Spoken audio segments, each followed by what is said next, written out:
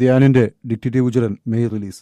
Detective Ujjwalan എന്ന title കഥാപാത്രമായി ധ്യാൻ ശ്രീനിവാസൻ എത്തുന്ന ഡിക്റ്റേറ്റീവ് ഉജ്ജ്വലൻ മെയ് റിലീസ് ചെയ്യും. നവാഗതരായ ഇന്ദ്രനീൽ ഗോപികൃഷ്ണൻ, രാഹുൽ ജി എന്നിവർ രചനയും സംവിധാനം നിർവഹിക്കുന്ന ചിത്രം കോമഡി ഇൻവെസ്റ്റിഗേഷൻ ത്രില്ലർ ഗണത്തിൽപ്പെടുന്നു. CI ശംഭു മഹാദേവ് എന്ന കഥാപാത്രമായാണ് സിജു വിൽസൺ എത്തുന്നത്. കോട്ടയം നസീർ, സീമാജി നായർ, റോണി ഡേവിഡ്, അമീൻ, നിഹാൽ നിസാം, കലാഭവൻ നവാസ്, നിർമ്മൽ പാലാഴി, ജോസി സിജോ എന്നിവരാണ് മറ്റു പ്രധാന താരങ്ങൾ. വീക്കെൻഡ് സിനിമാറ്റിക് യൂണിവേഴ്സിന്റെ ഭാഗമാണ് ഡിക്റ്റേറ്റീവ് ഉജ്ജ്വലൻ. ഛായാഗ്രഹണം Prem Makkattu, Shreyandi. Executive producer Manuel Cruz Darwin. Project designs Sedil Paul, Kevin Paul. Contact head Lincy Varghese. സംഗീതം റമീസ് ആസി. എഡിറ്റർ ചമൻ ചാക്കോ. കലാസംവിധാനം കോയാസ് എം.